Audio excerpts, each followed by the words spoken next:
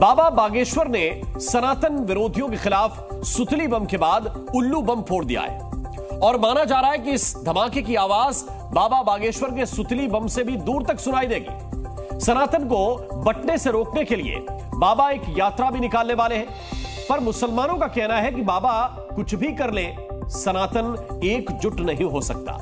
अब सवाल है कि मुसलमानों को ऐसा क्यों लगता है कि जातियों में बटा हिंदू कभी एक नहीं हो सकता, और बाबा ने उल्लू बम किस पर फोड़ा है? देखिए जी न्यूज की यह एक्सक्लूसिव रिपोर्ट। पहला सुतली बम उन्हीं के नाम पर है।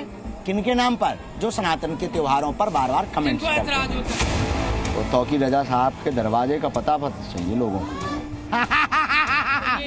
ये आतिशबाजी की बागेश्वर धाम की वहां तक पहुंच रही होगी जिन्होंने कहा था, जिन ने भी कहा था। कहना नहीं चाहिए उनको, किसी भी मजहब या धर्म के खिलाफ उन्हें कहना नहीं चाहिए। कोई सुतली बम नहीं, डायरेक्ट बम मार लो भाई, आइटम बम मारो, क्या जरूरत है सुतली बम की?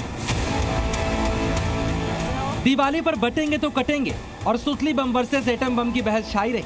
कथावाचक धीरेन्द्र शास्त्री ने सनातन के खिलाफ मुहिम चलाने वालों के नाम पर तरह तरह के सुतली बम फोड़ दिए।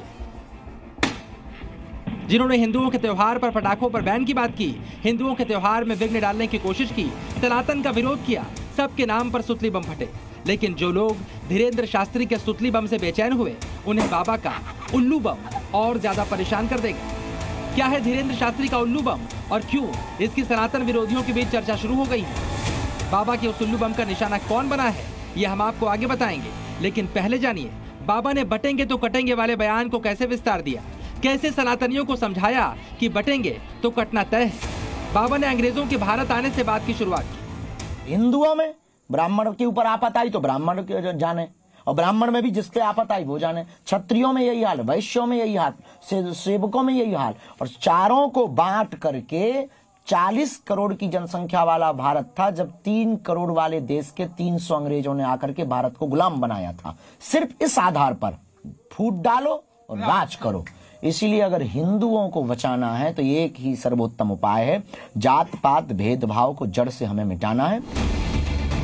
बागेश्वर वाले पंडित धीरेन्द्र शास्त्री अगर हिंदुओं के बंटने और कटने का मुद्दा उठा रहे हैं तो ये भी बता रहे हैं कि मुसलमानों पर इसका असर क्यों नहीं पड़ता। क्यों? जातियों में तो मुसलमान भी बटे हैं, लेकिन 140 करोड़ की जनसंख्या में बंटने और कटने का फॉर्मूला हिंदुओं पर ही लागू हो रहा है। हिंदू खतरे में इसलिए है क्योंकि हिंदू बटा है। हिंदू जातियों में हिंदू अलग अलग है, मुसलमानों में भी जातियां हैं, अंसारी, सिया, सुन्नी। इनमें इतनी खतरनाक जातियां हैं कि एक दूसरे की मस्जिदों में नहीं जाती, कोई बातचीत नहीं होती। लेकिन जब भी इनके धर्म पर बात आती है तो ये सिर्फ मुसलमान है।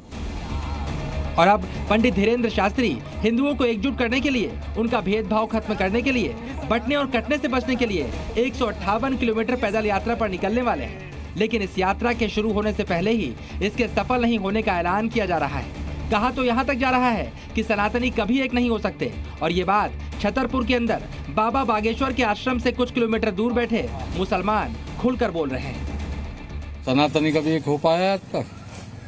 नहीं हो पाया। तो आप बताओ। मैं आपसे पूछा। हम तो आपसे पूछ रहे ना कि आप बता दो सनातनी एक हो पाया। जरूरत है क्या? जरूरत नहीं है, कोई जरूरत नहीं है। वो कह रहे हैं हम जातियां मिटा देंगे, हिंदुओं को एक कर देंगे। कभी नहीं मिटा पाएंगे जातियां, सिर्फ अपना पेट भरने के लिए करते हैं ये लोग।